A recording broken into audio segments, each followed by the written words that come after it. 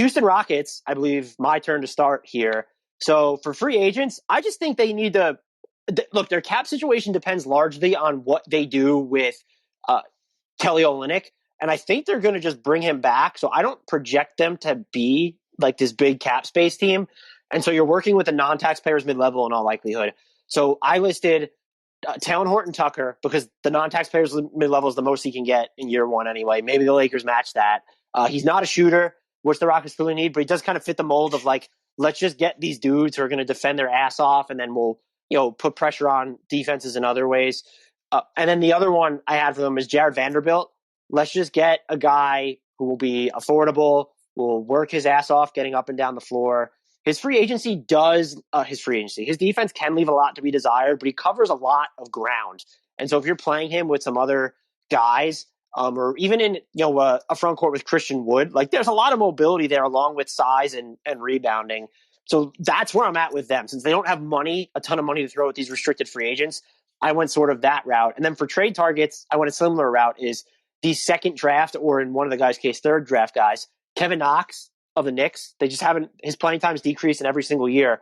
Can you get him for very little? Try and reboot him. He's improved his shot. He showed some off the dribble shot creation when he was in summer league, but that's now going back 3 years or whatever it was. And then Josh Jackson. I don't know what his future is in Detroit, but if they're going to draft Cade Cunningham and they have Jeremy Grant there, and we have to imagine they're still invested in Sekou Doumbouya. They also have Sadiq Bey. Can you get Josh Jackson? So like, just take flyers on those types of guys, because that's the point that Houston's at in its development. I think we have pretty similar mentalities about this team. And first and foremost, a shout out to John Wall and his $44.3 million salary for next season, because that sure messes with everything here. I also had Horton-Tucker as a primary target for all the same reasons that you said. So the only name that I would really want to add, and I think this probably hinges on them not bringing back Kelly Olynyk, don't know the likelihood of that because he did look like a good quality fit alongside Christian Wood.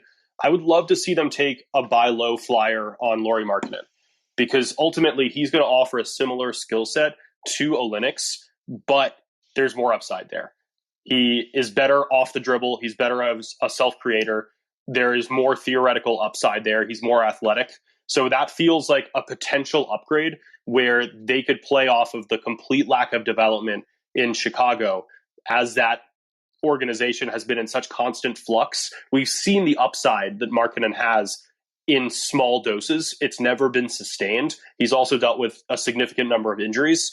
He feels like the perfect kind of buy low option for this team, where we already know that his skill set could fit because we've seen Olynyk play alongside Wood, and then they're just looking to make it even better.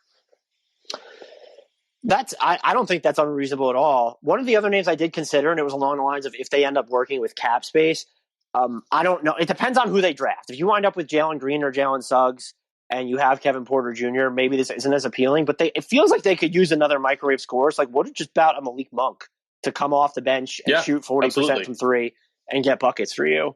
So I'm totally good with that.